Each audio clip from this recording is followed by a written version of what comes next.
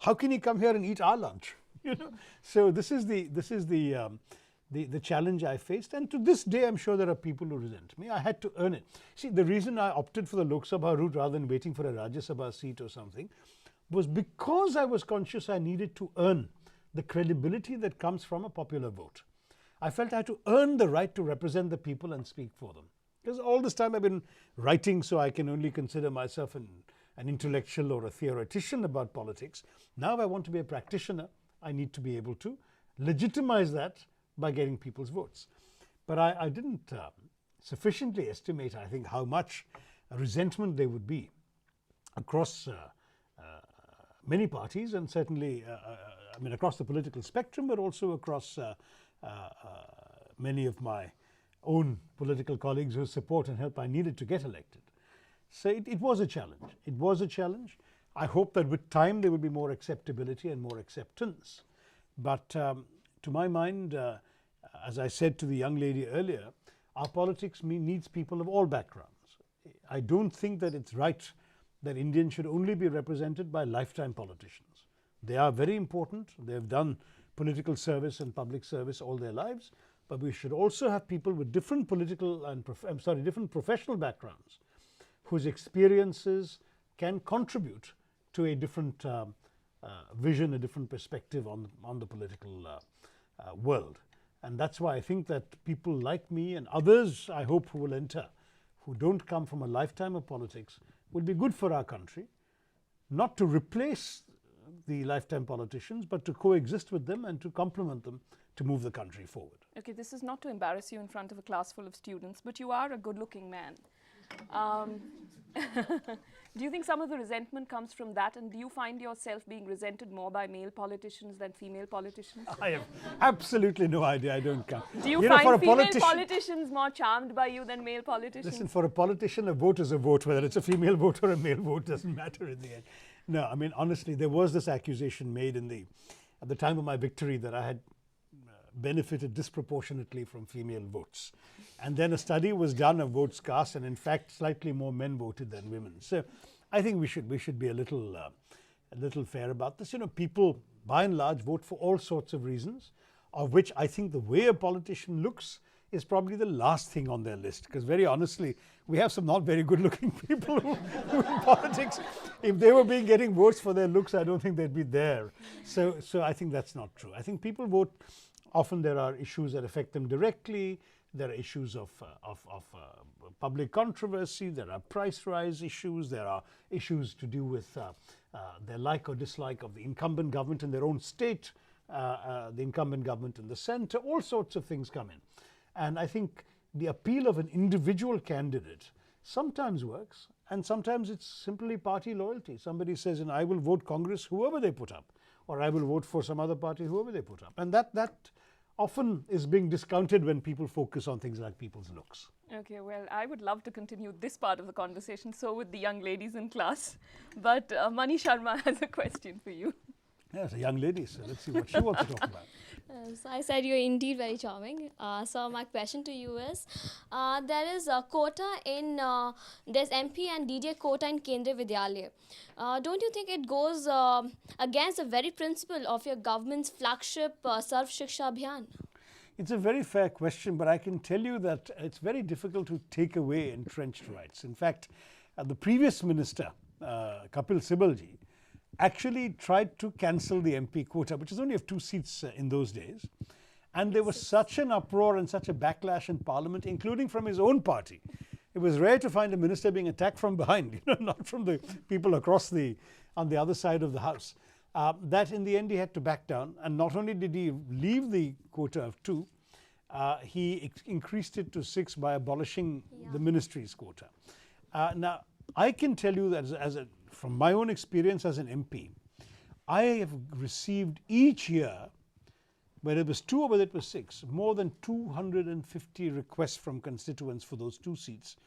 Today, for the 6 seats available this year, I have 389 requests. Now, what do I do? See, the hunger for education is so great.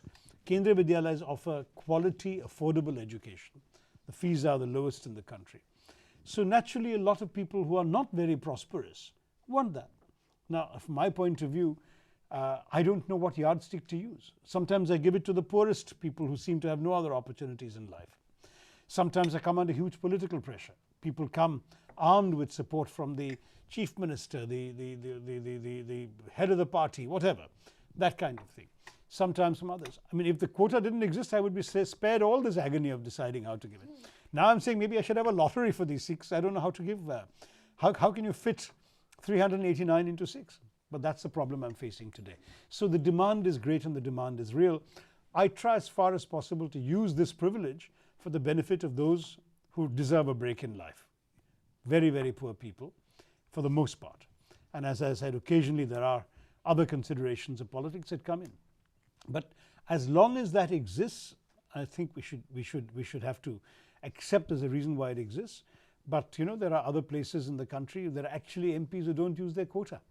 Every year there are some number of seats, I can't remember the exact number now, that go unused because MPs haven't used it. But by the time they fail to use it, it's too late for admission, so others can't benefit. Thank you, sir. Akbar Khan has a question for you. So my question is that what purpose does the very act of writing serve to Mr. Shashi Tharoor? And so what kind of an effect do you expect from the readers, if there is one? Oh, of course. And so revenue generation does not count as a No, revenue generation never counted because I began writing as a child when revenue was a theoretical proposition. I continued as a UN official where the revenue was irrelevant because I had a job and a salary and a career. And now I'm doing much less of it, but if I did it today, the principal motive that I've always had would assert itself even more, which is writing as a form of self-expression and of communication to the public. So even in my novels, as you know, of my 13 books, 4 are fiction, 3 novels and a collection of short stories. Even in my novels, my objective was to provoke the reader into thought. Obviously, in my non-fiction, I have a very specific argument I'm making. In fiction, you have to guess what the purpose is, but the fiction is all anchored in the contemporary Indian reality, in Indian politics, in Indian history. And it's not simple stuff. I mean, the novels are very clearly designed to reach the reader, but to prompt the reader to think particularly about things that are otherwise familiar, but which he or she may not have thought about in this way. And that's part of it. So for me, I write to express myself. It's a creative energy that bubbles from God knows where, that everybody I hope has, but whoever gives it an outlet will know what I'm talking about, that it comes out of you. George Bernard Shaw, the great Irish writer and playwright, said, I write for the same reason a cow gives milk. Inside you it's got to come out, and if it doesn't, frankly, if you don't milk the cow will be in terrible pain. No? So it's the same thing. There's something inside me that will not be content unless I can bring that out. But having said that, I don't write just for myself. I'm not one of these people. I had friends who would write passionate poetry and shove it in a drawer. That's not me. If I'm putting words to paper or to a keyboard, then I want someone to read it. I want to reach other people. And so it's both self-expression and communication. Okay, Rohini Singh. Sir, is it important to have a bad memory for diplomatic relations to be successful? A bad memory. It's a good line. There's actually a very famous statement by the French historian Ernest Renan in the late 19th century, when he said that one of the most important things for building a nation is forgetting. He said, because if the people of France, for example, had not forgotten all the bloodletting that united their nation in the first place, they could never stay united. There'd be too much bitterness. So forgetting is necessary. And I suppose in diplomacy, what you mean is if we keep on harking back to unpleasant incidents between our countries, we will never make peace with people. And you're quite right about that. But it's not that we forget. It's not that we fail to remember. It is we choose not to remember for a particular purpose. But it would be unwise to forget in diplomacy, because if you forget, then you're condemning yourself to being the victim again of the same bad thing that happened, the same bad experience you're trying to put aside. So we will try and make peace with countries that have done bad things to us. Let's look at our immediate next door neighbor to the west, for example. And that means not that we have forgotten Kargil or the attacks across the Rann of Kutch in 1965, or the attacks on Kashmir, or the terrorist horrors of 26/11 and other terrorist attacks. It's not that we've forgotten them, but that we have chosen in the larger interests of both our peoples, to put our recollection of those issues to one side because we believe peace serves the people of India and of Pakistan better. But doesn't mean we forget. It means we choose not to make an issue of it right now. Thank you, sir. When I told the students that you're coming over, Divya Satyanarayanan sent me so many questions that I would have had to give her half an hour just for her to talk to you. So there's another question from Divya, who can probably write a book about you right now. So my question is, like, you spent about 3 decades with UN. So sir, at any point of time, like, did you feel that you were somewhere losing connect with India? No, that's a very good question, and yet it turned out to be much easier because I was at the UN, because I wasn't an immigrant. You see, I wasn't trying to take that leap of the imagination that's involved in choosing to leave India and become American or British or Swiss or whatever. I happened to be in New York, and that's where my headquarters was. If tomorrow they posted me to Timbuktu, I wouldn't become Malian. I would still be an Indian official with an Indian passport serving the international community in a particular place. So at no stage did I ever cease to be Indian. I carried my Indianness with me wherever I went, and I served around the world and traveled around the world for the UN. Secondly, because I thought of myself also as a writer. See, a writer doesn't really live in a physical address. A writer lives in his head and on the page.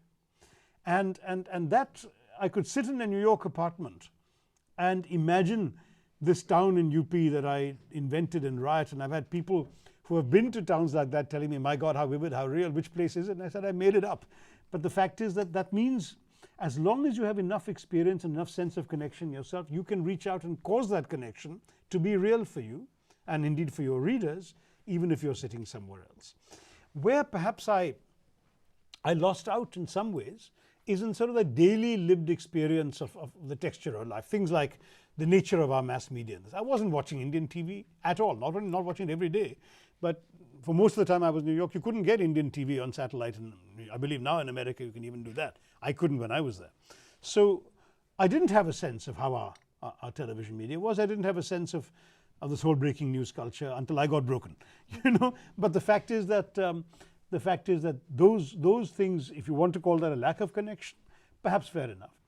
There were other things which, frankly, I can't entirely blame on the UN. But one thing would be the allowing myself to forget about the multilingual nature of our country, the way in which, having lived for such a long time in a monolingual culture, the US, even though I traveled and used other languages internationally, perhaps, you know, something like the cattle class mistake a veteran Indian politician would not have made, because he would have immediately thought, how is this going to sound in Marathi or Malayalam or Gujarati, you know, which I didn't ask myself.